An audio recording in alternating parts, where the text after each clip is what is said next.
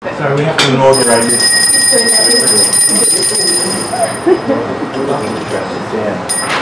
Look, a while ago when we were digging up material, I think it was for history, the 50th, when they wanted to celebrate the 50th anniversary of university education, we found this article in one of the old Opus magazines, which was just fantastic. It was real exploration sort of stuff. It was called Mud Mushroom Mosquitoes. And it told this story of this epic mission to the Virgin campus that was conducted in 1962. And I viewed this article with extreme. I was just like, seeing some magnificent sort of long lost thing. But the basic story was that there was a bunch of girls and boys from Opus magazine from the Tysell campus that came over here. The boys ran off into the bush. The girls got lost. Okay, the girls got lost and they discovered Aboriginal people in the campus, and they had an exchange, and then they came out. When they came out, they spoke to the residents, who were 80 or 90, and they said, "Oh, there's Aboriginal people in here," and they said, "Oh, I don't believe you. I've lived here 80 years and I've never seen an Aboriginal person." So they went back again, this time with a photographer, and took pictures of the places that were there. So it's a real wonderful early story of the Virgin Bushland campus. Now, recently, we became acquainted with Paul, who was in this original expedition. He's the only surviving member. We know of. Under much, negotiation, he decided he's going to tell us his tale. So I give you Mr. Paul Danks.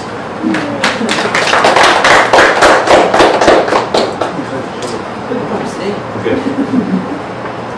Earlier this year, my mother-in-law turned 100, and I was trying to get a family tree organised, and I was made aware that some of the Anglican records were housed here. So I made the trip over here and got a very large record out of the thing from Greg. And I was sitting at this table here, and I needed another one. And I was just on the way back over there, and I stumbled upon this photo over here of Godfrey Tanner with his gown caught in the barbed wire. And I said to Greg, "That's interesting." I said, "I took that photo." He said, "Did you?" I said, "Yeah." I said, they had this barbed wire along the path over at Tyers Hill, and everyone was complaining about, that it was dangerous and that, so we staged that photo of Godfrey with his gown there and his ever-present umbrella poking it away. And that photo also is also outside, and I've just had me look through that Godfrey Tanner Memorial book there and noticed it's all been printed in there. And I said to Greg, "Oh, this has been a bit of a buzz today actually." So I walked down from the top car park, and I said, "I was here before the university was," and I said, "I know I've got a picture at home of me swinging across the creek down here." And I sort of, as I crossed the creek down there, I thought, this brings back fond memories of some years ago. And in fact, you can have a look later. There is the photo, and that is me, a much younger version, of course, swinging across the creek down here, probably almost directly down from the library here. And I'll explain why we had to swing across the creek. Can you pass it round? Can you pass the photo around? Yes, certainly. Thanks. So anyway, Greg said, "Oh, there's some more stuff over there in that cabinet over there." I said, "Oh, what is it?" And I looked at it and I said, "Oh my goodness." I said, "They're all my photos too." He said, "Well, when did you take those?" And I said, I started talking about the expedition that we made out here back in 1962. Just a very brief history. I joined the staff of Opus in 1962, and I think my first issue was July 62. I never became editor, so I never came to being an Opus editor. I did just about everything else, but I don't ever claim to be an editor. And at that time, autonomy was really a hot issue. there were many people around the university and in the Newcastle city who were very keen to get Newcastle away from the grasp of the University of New South Wales, which was what I was educated under at Tyres Hill. People like the famous James Lockmuty, who I knew rather well. We used to call him the Ocker. I don't know where that nickname was even known, but he was always known as the Ocker. And I still have many memories of him when I did a lot of photography for Opus at the rugby union matches in his striped blazer, cheering on the university rugby union side. Other people, again, names that you know, Professor Bryn Newton-John. He was very active also, and of course Godfrey was as well. Just an interesting sideline on Bryn Newton-John. Some of my other exploits at Tyres Hill were tied up with the university reviews and the student players. Not on the stage, I was lighting and sound. And we had a pre-dinner, a pre-show dinner for all the academics to screw some money out of them. And Professor Newton-John had brought his lovely daughter with him for the show. And I was introduced to his lovely daughter, Olivia.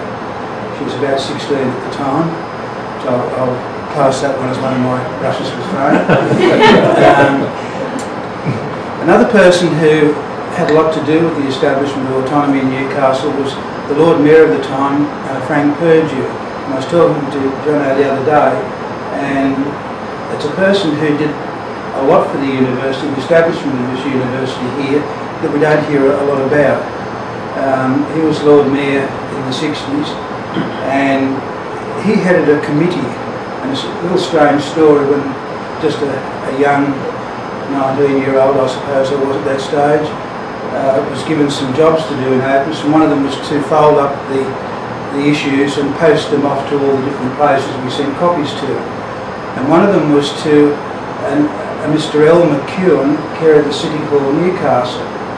And I often thought, who's this L. McEwen? I wonder who he is, you know. So we knew all the fancy names, who the mayor was and all the councillors. This L. McEwen didn't mean much to me. It wasn't long later that it actually was an acronym standing for the Lord Mayor's Committee for the Establishment of Autonomous University of Newcastle. So there was no such person as L. McEwen. It was one of those very early acronyms. As I said, I did a lot of things on Opus, never actually edited it. In those days, we used to write it, set the type, or specify the type, the typeface and the size. It was then all sent up to Maitland Mercury on the train, dropped it off at Hamilton Station, and it was railed up to Maitland Mercury. And they sent us back galley proofs, which were about so wide and very long. And then when they were all back, we used to sit round one night with a big sheet of butcher's paper and do a paste up, which basically was a paste up. We cut all the bits out and stuck them on the paper to form how the page was to be set up. And the photos were put in. We used to get our photo blocks done at a post office at Newcastle railway station, where they did the lead blocks for us. And they were very expensive, so when you see the front page of that issue there, which of course that wasn't a real photo from here, they were a little more civilised than that.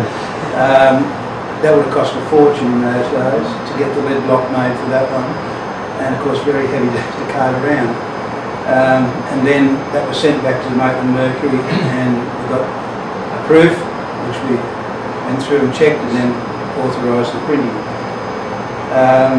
We had some famous interviews in the articles, if you ever care to ask Greg or Jono to dig them out. A famous Australian actress, Zoe Caldwell, who I only heard of again recently. I thought she probably had died by now.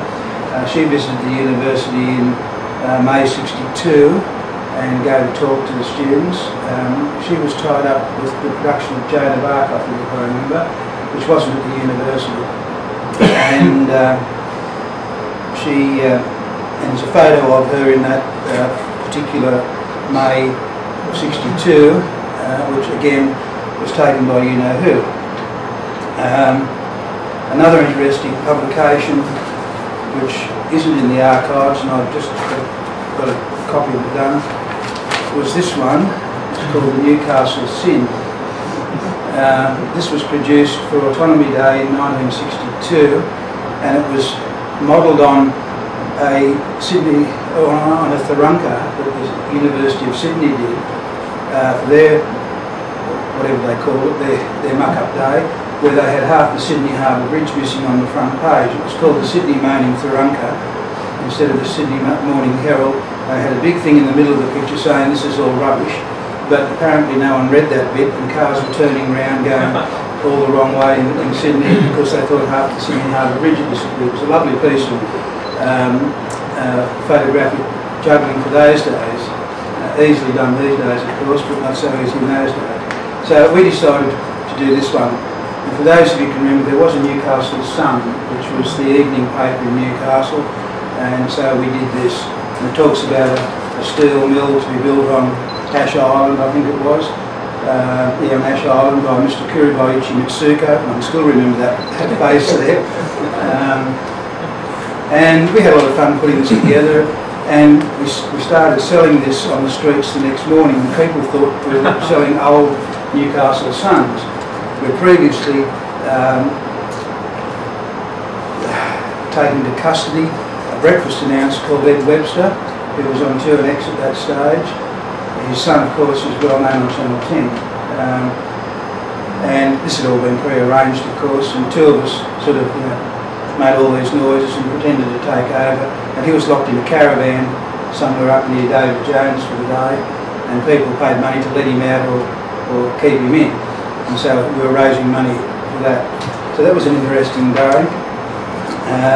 And the other one that I must touch on was an interview, quite a big interview, or a big spiel in the October 1962 opus, where I was approached by a history lecturer named Lionel Fredman. And Lionel had been tied up with a lot of the drama at the university at that stage, and he said, look, I know this comedian. There's a friend of mine I used to know him at Melbourne University, and he's just come back from England, and he's doing quite well. And he said he'll come up and do a show for us. He said it's going to cost us £600 up front, and of course no one had £600 in those days. And I said, was he worth it? And, yeah, I think so. So we approached the University Uni, and they grudgingly gave us the £600. And needs to say this fellow's name was called Barry Humphries. And I had the pleasure of doing the lighting and sound for that particular production, and it's something, as long as I live, I shall never forget that night. It was absolutely incredible working with Barry Humphries. My son will scream with horror if I tell that story, because he says I always name drop him, but that's one I like to drop. And so, in those days, and it's a very interesting article that was done in October '62 in the Opus. Anyway, back to mud, mush and mosquitoes, which is why I'm here. Not long after the Autonomy Day in 1962, the placement of the site for the new university was named, and we thought, well, this is something we should go and have a look at. It had been raining, it was very bad weather. We had a production deadline, and we had to meet that. One of the members of our group had an auntie who lived up on Vale Street, just up Shorten, what is it, in the Birmingham Gardens there. And so we were able to gain access to the site through her backyard. So we came across the top and sort of wandered back down to. And can anyone enlighten me what the name of University Drive was before it was University Drive? Rankin Drive. Rankin Drive, Rankin, that's right. I couldn't think of it. I've been trying to think of it for days. So we wandered back down there, and lo and behold, there's a train line running right across the front. And we thought, how brilliant, a train line running right into the university site. What a, it's the old Wallsend train line, which branched off just near the Mater Hospital off the main northern line. I thought, well, that'd be brilliant, they could run the, have a university railway station right in the front, and you know, tremendous for that. Anyway, we hiked back up the hill and having a look around, and eventually we got coming down the hill, and we came to this creek, which of course after the rain we'd had was running a bit of a header, and this is where you see pictures like this one here. That girl there is called Anne McRae. I don't know where Anne McRae is these days. She was also a fellow mathematics student. I mean, at this stage, Ovis was being run by scientists and engineers, which was not really an accepted thing at that stage. But they were welcome for as many hands as they could get, so they just took who they got. So we got to this creek, and we had to find a way across, and of course you see the way I got across in that photo by swinging across on a vine. That would have been located very close to directly behind the library here, I think. You have the creek down there. So from there we headed back up the hill, and most of the photos that you see in this were taken more or less heading back up onto the hill there. It was very pretty actually. And I'm sure I have the originals of these pictures somewhere, but after moving around in the last 40 years, they've been put somewhere and I don't quite know where they are. And I've been trying to find them so I could get the original copies. I did try scanning them and doing some enhancement with my computer, but they finished up pretty yucky. So, but this was very pretty wandering through here with the leaves on the grass, and that original photo and that one there were very, very pretty photos. With just the trees and the leaves and a little bit of sun there that was shining through. But you can see the massive lantana that was around. It was really quite an escapade into the unknown. So we headed back up the hill towards the golf club, and then we ran upon this whole collection of corrugated iron humbies with fire burning outside, and we thought, we better stay away from there. Because our parents had warned us that up in there was Tomo's 2-up school, or some 2-up school, and we thought, well, we better not get involved in that. Anyway, we did venture a bit further, and one of the residents came out and reasonably politely said, "What are you doing here?" And he said, "Oh, university here. Oh, didn't know that." And so their settlement there. You see in that one, in that picture there, was basically what they had, a few tents and some galvanised iron things. So we thought it was a good idea at the time to try to let the students work out what was happening. The mosquitoes were terrible, and I don't think that's improved much.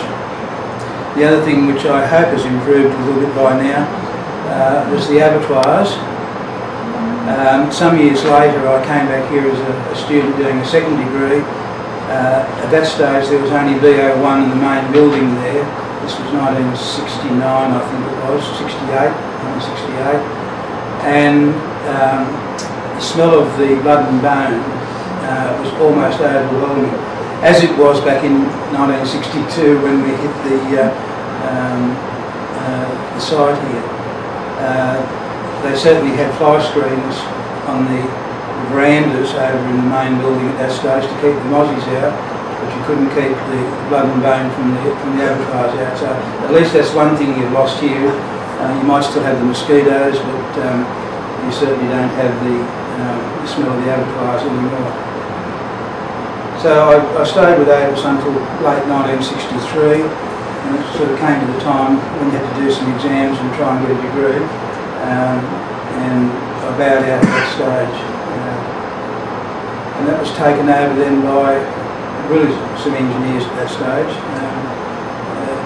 But it was a very interesting time, and so a lot of things happened in that 1962-63 era, apart from autonomy. As I said, the other thing I was associated with was the student players and the university reviews. University reviews in those days were basically before that were just a lot of yahoos saying as many dirty words as they could on the stage. They used to be done at the Roxy Theatre, where the Roxy was in Hamilton. And in 1961, the first production was done in the new University Union Theatre over at Tyers Hill, which had the most up-to-date stage equipment of any theatre in Newcastle. It was really top class for the 1960s. And there was a fellow called Colin Anderson. He and a group of people had met at Hamilton Evening College doing their learning certificate part-time, and they all descended on the university at the same time to do their arts degree part-time. And they were an absolute wealth of talent. And as the reviews went on through the years, we were going, we originally had a 10-night season, which was pretty extravagant for Newcastle in those days, having a 10-night season. That was sort of 3 nights and 4 nights over 3 weeks, because we did have to do some study and go to lectures at some stage. And then we'd extend for another week, because the bookings were just booked out. It got quite a reputation for being a top-class production. And one interesting little facet, there was a production in about February 1962, which was called 8+2, and it was a review that was put on before the academic year started.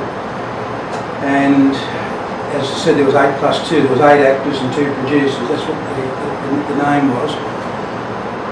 And that stage, Newcastle, the Victoria Theatre, had The Sound of Music with June Bronhill in it. And of course that was a big, a big competitor for us. But the interesting thing was that one particular Saturday night they couldn't get an audience. We were booked out, and so we sent them some tickets, and they came. It was June Bronhill, and you remind me of her husband's name, who was the musical director. No, I can't think of his name either, but her husband was the musical director of the orchestra. Tommy T. And I can tell you that in that 5 or 6 hours I was with her, I heard more dirty jokes than I have ever heard in the rest of my life. June Bronhill was an absolute wealth of dirty jokes. But that's, in that era, the Newcastle University, before it became Newcastle University, was really moving somewhere. And of course it has continued to do so. And I think I've said enough, and I'm quite happy to answer any questions. Probably talk too much. Do you remember any of June Bronhill's dirty jokes? No, not really. I think the sherry might have had some effect on him. Well, you're still associated with the Roxy about 1966. 1966? No, I was out trying to earn a living by that stage. The Roxy closed down not long after that. we did hire some gear from them. The Roxy was the one at the junction, wasn't it? Hmm? Was the Roxy the one at the No, the Roxy was in Beaumont Street. Oh, okay. That's right. There was the Star at the junction. It was the Star Picture Theatre when I was a kid, so I used to live down Hamilton South and had my threepence to go down to the pictures on Saturday afternoon. I remember doing I was part of the university review because I knew someone at the union at the time. And she was playing, but I was doing the lights. Right. As part of that review. And that, No. I hadn't thought about that. Yes, it was the Star as a picture theatre. Then they turned it into a live theatre, and they renamed it. But I just can't think of the name of it. And they did a lot of Gilbert and Sullivan there. I remember going and seeing a couple of Gilbert and Sullivans there. And then they knocked it down and built the block of flats there, which then fell down in the earthquake, and then they built Eastbourne. I think it was the drugs and sex and rock and roll that came from that university review that encouraged me to go to university.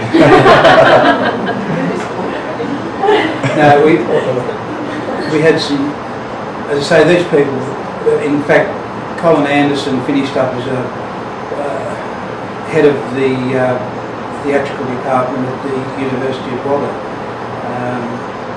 think he's still alive, but he'll be getting well on into years now. I'm sure he's retired by now. But there was a whole heap of us that sort of went through that era, and it was, we got a reputation for putting on damn good stuff, and the people of Newcastle came,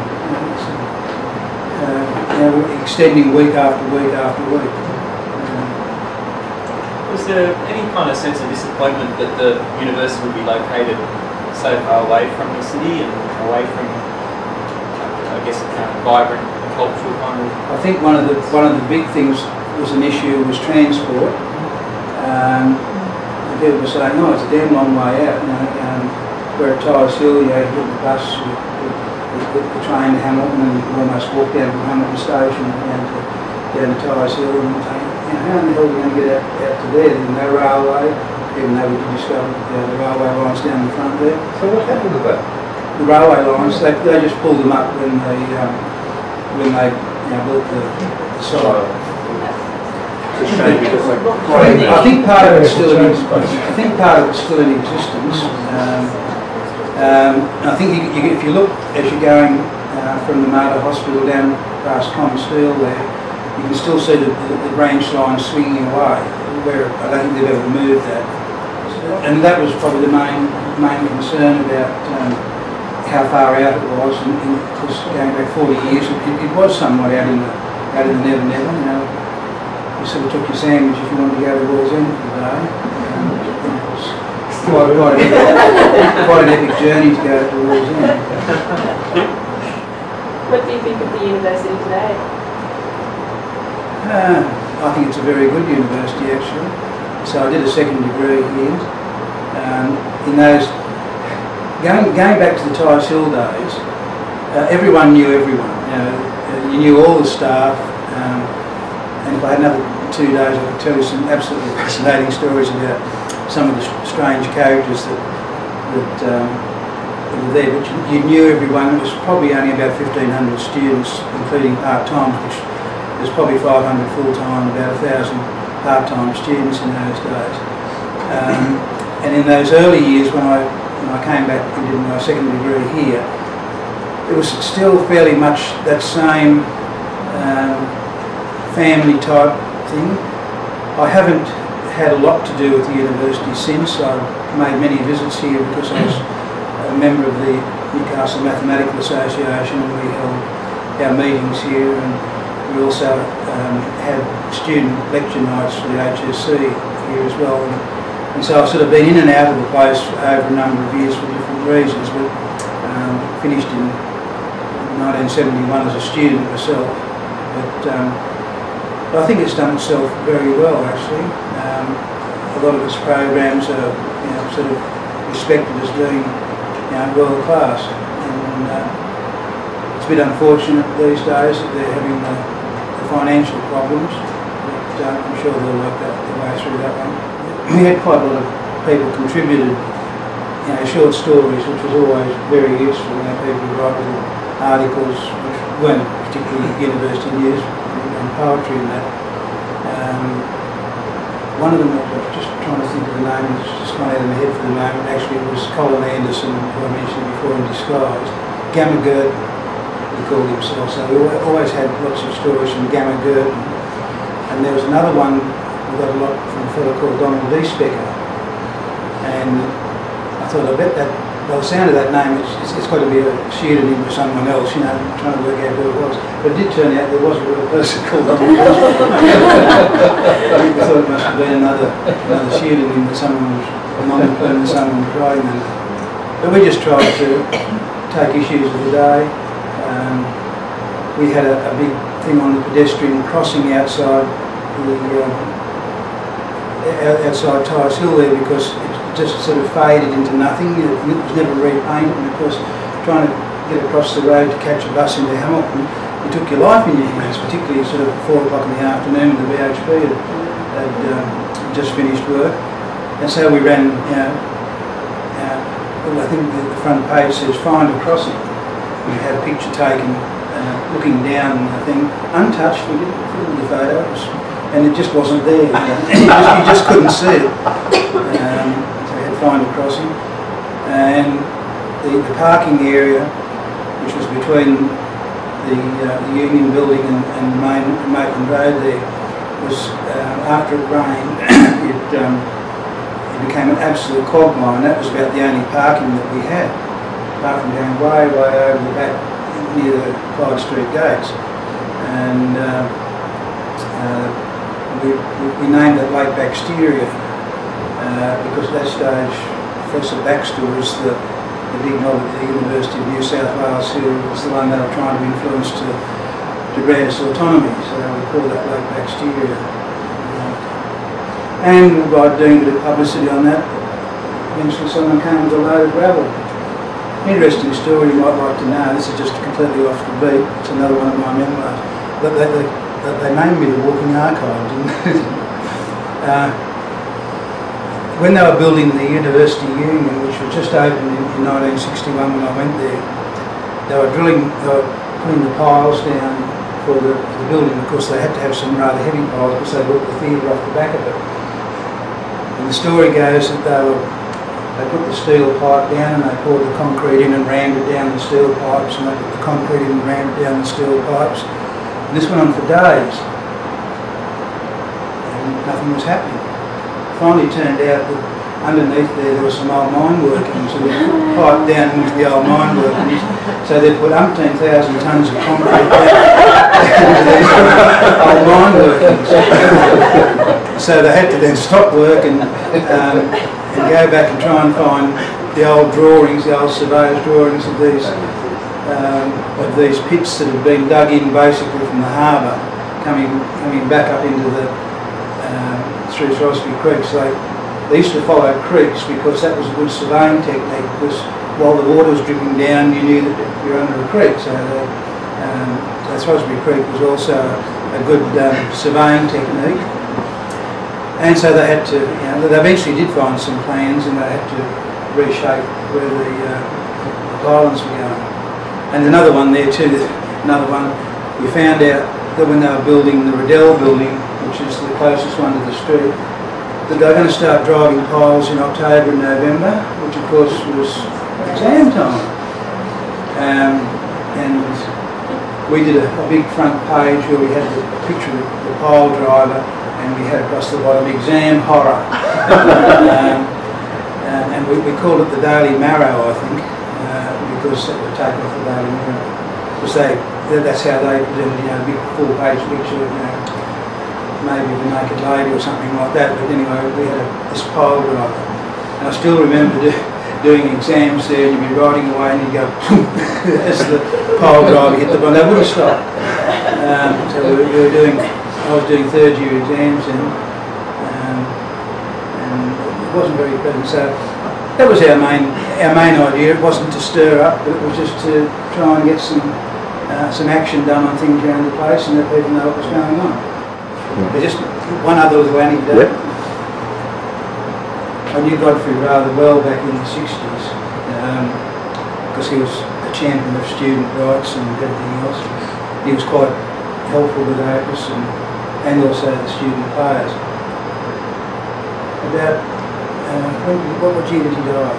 2002. 2002. I would have been about 2001. I was up at the staff house, a meeting of the Mass Association executive, and I went in to buy a beer in the bar, and Godfrey was sitting in there. And I thought, do I say anything? Oh, no. And then whoever he was talking to went away. I thought, oh well, no, stick the neck out. This is from 1963 to 2001. And I said, excuse me, Godfrey, I said, do you remember me at all? And he looked up and he said, yes, Danks, and your mate was Churchill.